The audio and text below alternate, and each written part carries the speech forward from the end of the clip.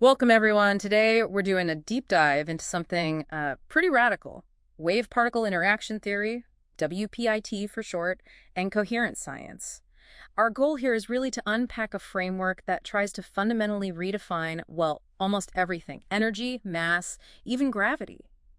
Imagine if the universe wasn't built from tiny, solid bits, but actually from, like, perfectly organized waves. That's really the core of it, yeah. Yeah. WPIT basically argues that all interactions are governed by these structured energy waves, and they travel through something the theory calls dynamic relative ethers. Okay. And the absolute key, the single operational principle for everything, is coherence. Coherence, like Yeah. things working together in perfect sync. Exactly. Think of like a symphony orchestra, every instrument perfectly in tune, perfectly timed. That's the idea. So we're moving away from thinking about separate particles towards a universe that's more about structure, how waves interact, these sort of rhythmic dynamics. It's like a giant, complex wave field. A huge wave field, precisely. And it completely flips some basic concepts. Right, like matter. How does that change?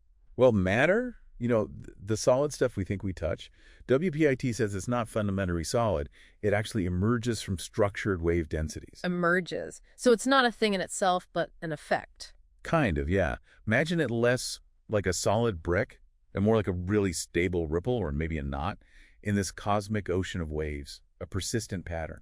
Okay, so if matter is these wave patterns, what about energy? Is it still those little packets, like quanta? No, WPIT sees energy differently, too. It's not static packets. It's continuously structured, always being redistributed. Gravity. Also different, Yeah. not independent things pulling stuff around. They're seen as expressions of energy wave restructure.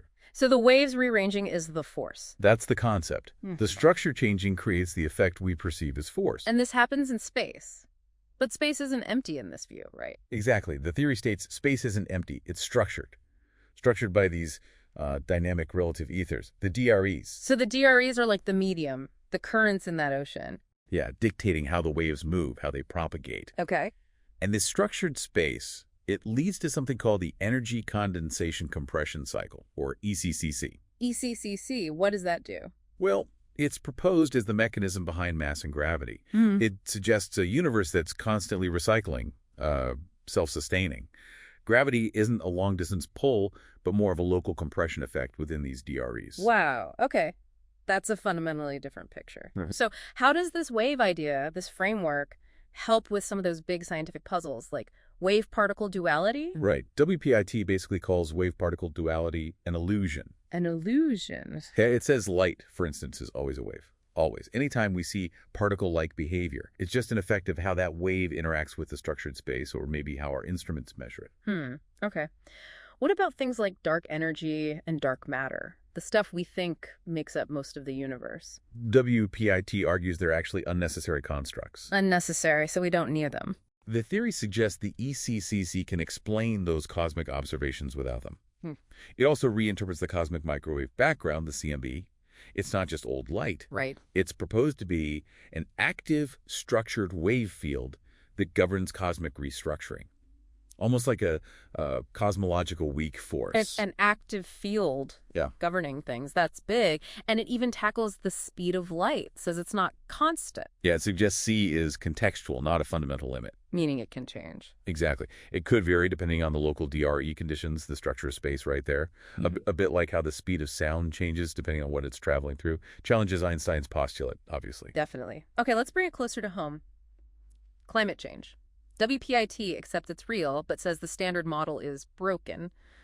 What's the WPIT take? It frames it as a phase collapse of the Earth's biospheric shell. A phase collapse. Yeah, like a system losing its coherent structure. And it suggests the primary cause is modulation interference. That includes things like, mass extraction, digging stuff up, but also things like high-frequency electromagnetic pollution, basically. Human activities disrupting Earth's natural wave patterns. So it's about disrupting the planet's resonance. In a way, yes. Disrupting the coherence. Okay, this theory clearly rethinks the cosmos, but what does it mean for you listening? How does it apply to us, to human systems? Well, it extends the principles. Your own identity, for instance. It's conceptualized as a structured field. Like a personal wave pattern. Exactly. A unique resonance pattern shaped by the accumulation of experience. Not static, but dynamic, always evolving. That's fascinating. So if identity is a wave field, what does that mean for, say, mental health? Like a depression? It reframes conditions like depression as resonance disruption. Resonance disruptions, like your internal waves are out of sync or clashing. Something like that, yeah. And healing, then, becomes about resonant restoration, tuning back into a clear, coherent signal. Now what about AI? Artificial intelligence? AI is seen potentially as a coherence amplifier waiting to be aligned. An amplifier? Yeah, with the potential to be a coherence partner, but only if it's trained on coherent values, helping us maybe enhance coherent patterns. It's a very different perspective. Now, we should be really clear here. The author is upfront, right? Absolutely. They state clearly WPIT is unproven and untested. The math is described as preliminary formulas. And interestingly, it was developed with significant input from AI itself. It's positioned not as a theory of everything, but as a theory of coherence. A theory of coherence. Okay. So, wrapping this up, what's the big takeaway for you, the listener? Well, if coherence really is the universe's, let's say, singular operational principle, what does that imply for how you interact with the world? How do you build a life, maybe a legacy that kind of outlives you through these coherent wave structures? It suggests that everything you do, your personal actions, they leave an architectural footprint on the universal field. It's almost an invitation, isn't it, to try and cultivate a more resonant society? By focusing on connection, on structure, on coherence in everything you do. So the final thought to leave you with is, what kind of coherent ripples, what kind of resonance will you choose to send out into the world?